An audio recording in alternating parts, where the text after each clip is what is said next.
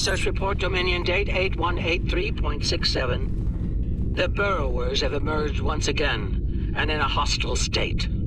They have taken to the stars, moving from sector to sector, attacking anyone that crosses their path. Their goal is not one of conquest, but of consumption. They leave nothing but dead worlds in their wake. Though we do not understand their newfound savagery, we have found a use for it. When the burrowers set their sights on a world, we offer the inhabitants a choice. Those that submit to our Dominion rule are defended by the Jem'Hadar. Those that don't serve as an object lesson to others. So, the Founders have been using the Hur'q to manipulate others for some time now. Bend the knee to the Dominion, or we'll stand back and let them ravage your world. Only now something's different. Something's changed.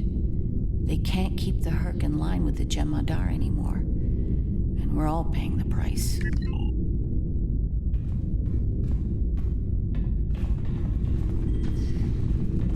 Research report 8532.38. Our scouts have returned from a wormhole expedition. The solid races on the other side are primitive and unremarkable, save for one. They are called Klingons, and show a singular talent for violence, one that rivals our own Jem'Hadar.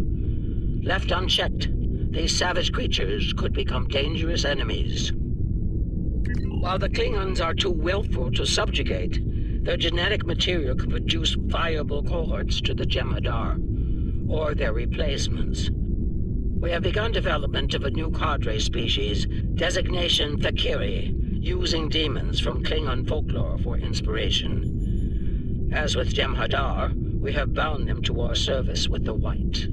We will test them in combat on the Klingons themselves.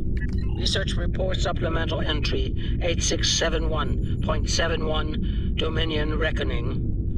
Somehow the Fakari have broken the hold of the White and turned on their rightful masters. Most of our research team were killed.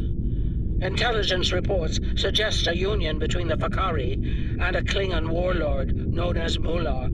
Perhaps this will lead to a state of mutually assured destruction on Kronos. One can only hope. So it would seem. Only they lost control of them, despite the use of Ketracel White. Based on what we know about Fakiri, it seems the price they paid for their freedom was insanity. They became the monsters they were based on. Learning about these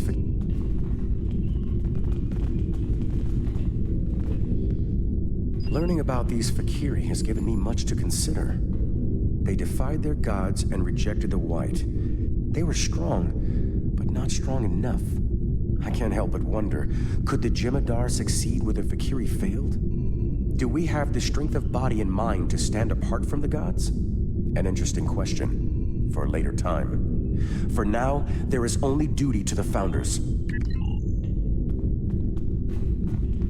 Research report 9076.23. Final entry.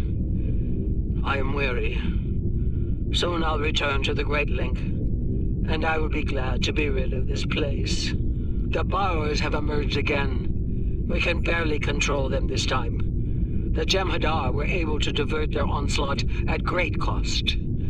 Rather than counterattack, they went through the wormhole to seek easier prey. Our agents in the other quadrants report that the burrow assault was a sweeping one, going as far as Kronos.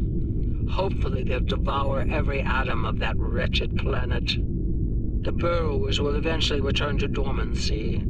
Strangely, it appears that some of their forces intend on remaining in the other quadrants. It seems they have a long-term goal: galactic devastation.